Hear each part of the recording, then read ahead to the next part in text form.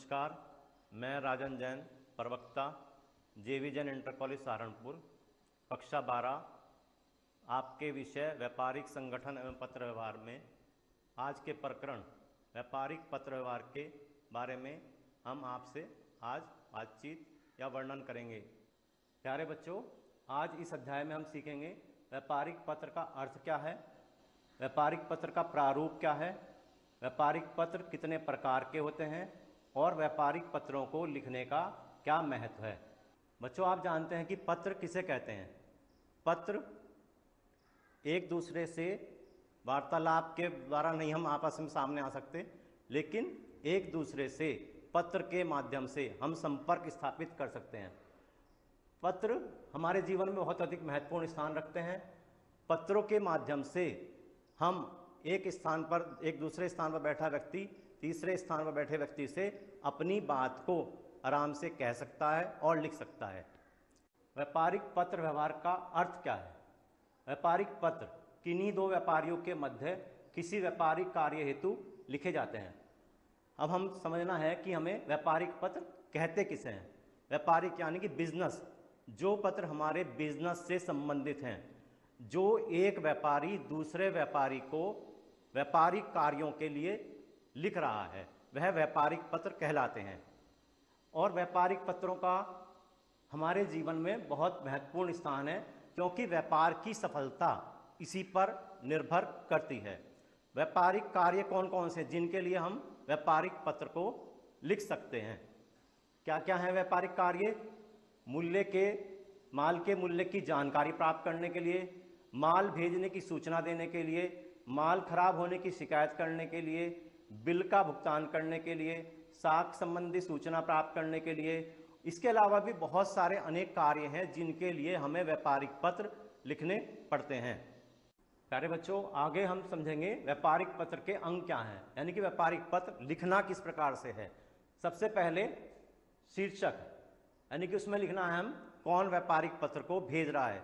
भेजने वाले का नाम आएगा। आजकल जो व्यापारिक संस्थाएं हैं बड़ी बड़ी, वो अपना लेटर पैड प्रिंटेड होता है, उसमें उनका नाम, पता वगैरह सब चीज़ प्रिंट करते हैं। और उसके बाद हमें लिखना है उसमें ईमेल आईडी। आजकल सभी पत्र जो है कंप्यूटर के माध्यम से लिखे जा रहे हैं और ईमेल से ही उनको तुरंत हम दूसरे व्यापारी तक पहुंचा देते हैं, तो ईमेल आईडी होना जरूरी है। उसके बाद है हमारा पत्रांक व संदर्भ संख्या। पत्रांक का अर्थ है कि जो बाहर जाने वाले पत्र हैं वो सभी एक पत्र प्रेषण पुस्तक पर चढ़ाकर भेजे जाते हैं। तो उस पत्र प्रेषण पुस्तक का रजिस्टर का नंबर और किस विभाग ने यह पत्र लिखा है और उस वर्ष की संख्या, यह हम पत्रांक में लिखेंगे। तीसरे नंबर पर हमारा आता है पत्र प्राप्तकर्ता का नाम व पता, यानी कि जिसको हम पत्र भेज रहे हैं वह कौन है, व्यक्ति है, संस्था है, फर्म है, उसका पूरा नाम और पता हम यहाँ पर लिखेंगे। चौथे नंबर पर हमारा है विषय, यानी कि यह पत्र हमने किस विषय में लिखा, या पूछताछ का पत्र है, आदेश का पत्र है, जो हमारा विषय है वह संक्षिप्त होना चाहिए। नंबर 5 पर है हमारा संबोधन, यानी कि हम किसको यह पत्र संबोधित कर रहे हैं। यदि किसी व्यक्ति को कर रहे हैं तो आएगा प्रिय महोदय, यदि किसी स्त्री को कर रहे हैं तो प्रिय महोदया लिखेंगे। इसी प्रकार आगे पत्र का मुख्य भाग आएगा। पत्र के मुख्य भाग को हम 3 भागों में बांटेंगे, प्रारंभिक भाग, मध्य भाग और अंतिम भाग। प्रारंभिक भाग में हम जिस पत्र के बारे में हम वर्णन कर रहे हैं, जो हमारा विषय है, वही उसी में लिखेंगे। यदि यह पत्र किसी पूर्व में आए पत्र के संदर्भ में लिखा जा रहा है तो हम उसमें उस पत्र की संदर्भ संख्या का वर्णन करेंगे। मध्य भाग में जिस कार्य के लिए यह पत्र लिखा गया है उस कार्य को, पूरे को, इसमें हमें मध्य भाग में लिखना है। अंतिम भाग हमारा बहुत महत्वपूर्ण है। इसकी भाषा बहुत ही सरल और प्रभावशाली होनी चाहिए, क्योंकि इसी के आधार पर हमारे भविष्य में जो भी आदेश वगैरह प्राप्त होंगे इसी भाग की भाषा के आधार पर प्राप्त होते हैं। हमें 7वें नंबर पर देखना है कि अभिवादन, यानी कि हमें उसका धन्यवाद लिखना है कि वह हम उसका धन्यवाद कर रहे हैं जिसको हम पत्र लिख रहे हैं। समाप्ति हेतु अंतिम आदर्श सूचक। जब हम पत्र को समाप्त करेंगे तब हम लिखेंगे भवदीय या आपका शुभ चिंतक। उसके नीचे हम अपने हस्ताक्षर करने हैं और अपना पद लिखना है। पद में हमें देखना है कि हम प्रबंधक के पद पर हैं या स्वामी हैं, जो जिस पद पर है वह अपना पद लिखेगा। नंबर 10 पर हमें लिखना है संलग्न पत्र। संलग्न यानी कि इस पत्र के साथ हम क्या क्या और चीज साथ में लगा रहे हैं, जैसे सूची पत्र हो गए या कोई बैंक ड्राफ्ट है या चेक है, जो भी चीज हम इसमें आपके साथ इस पत्र के साथ लगाएंगे वह हमें सब इसमें संलग्न पत्र में लिखना चाहिए। नंबर 11 पर पुनिश्चय। पुनिश्चय का मतलब है यदि कोई चीज हमारे से इस पत्र को लिखते समय छूट गई है तो वह हम इसमें लिख सकते हैं।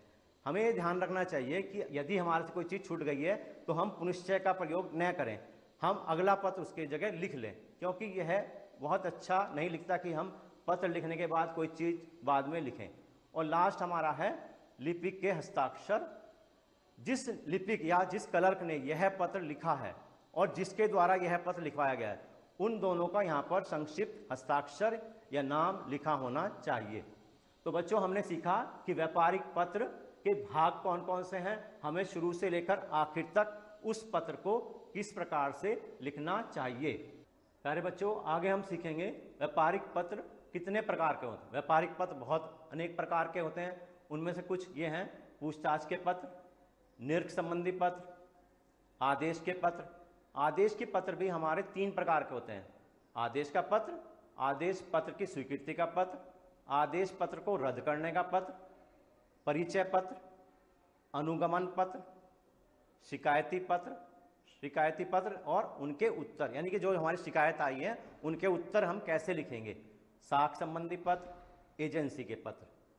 प्यारे बच्चों इन पत्रों में से कुछ पत्रों का हम विस्तार से वर्णन करेंगे। सर्वप्रथम हमारा पत्र है पूछताछ का पत्र। पूछताछ का अर्थ है कि जब एक व्यापारी दूसरे व्यापारी से किसी भी संबंध में कोई पूछताछ करता है, चाहे वह माल से संबंधित है या किसी और चीज से संबंधित है, जब एक व्यापारी दूसरे व्यापारी से कोई माल मंगाना चाहता है तो उस माल के बारे में वह दूसरे व्यापारी से पूर्ण रूप से जानना चाहता है कि उस माल की किस्म क्या है, उसकी गुणवत्ता क्या है, उसका मूल्य क्या है और वह उसकी किस प्रकार से हमारे को भेजेगा और व्यापारिक शर्तें हमारी क्या क्या होंगी।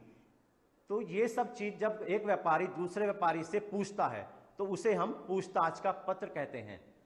जब मैंने लिखा भी यहाँ पर, जब कोई व्यापारी अपने माल को क्रय करने में आदेश न देकर उससे संबंधित सभी गुणों की जानकारी प्राप्त करने के लिए पत्र व्यवहार करता है तो इस प्रकार के पत्र व्यवहार को पूछताछ का पत्र कहा जाता है।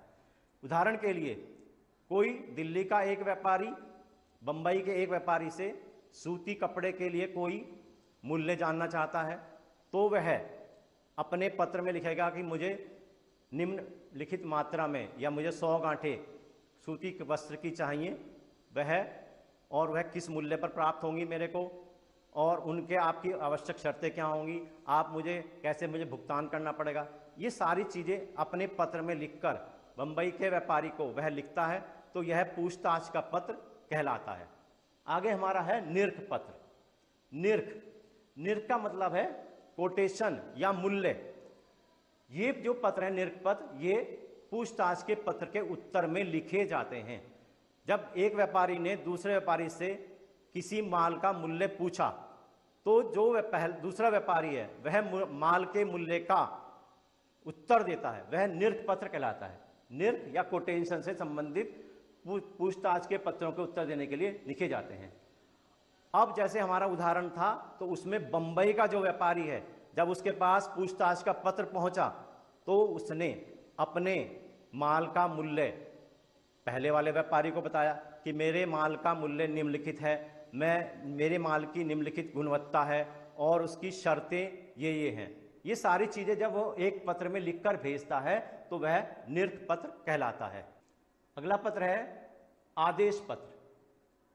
जब व्यापारी के पास बहुत अधिक निर्क पत्र आ जाते हैं, यानी कि उसने बहुत सारे व्यापारियों से मूल्य पूछे और उसके पास बहुत सारे पत्र प्राप्त हो गए, वह उन व्यापारियों के पत्रों को तुलनात्मक अध्ययन करता है कि उसके जो रेट हैं किसके कम है और किसके माल की गुणवत्ता अधिक है।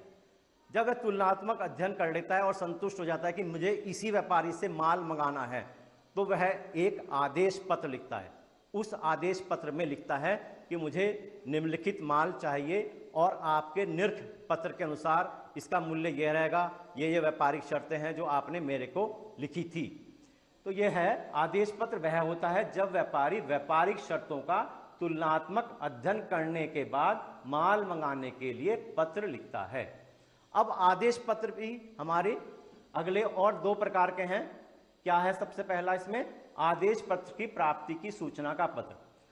जब व्यापारी को दूसरे व्यापारी से आदेश प्राप्त हो जाता है कि आप मेरा इतना इतना माल बनाकर तैयार रख दें और मेरे को भिजवा दें, इस आशय का कि उसे आपने आदेश दिया, इस आशय का धन्यवाद का एक पत्र वह दूसरे व्यापारी को लिखता है कि आपका बहुत बहुत धन्यवाद, आपने मेरे को इतने माल भेजने का आदेश दिया।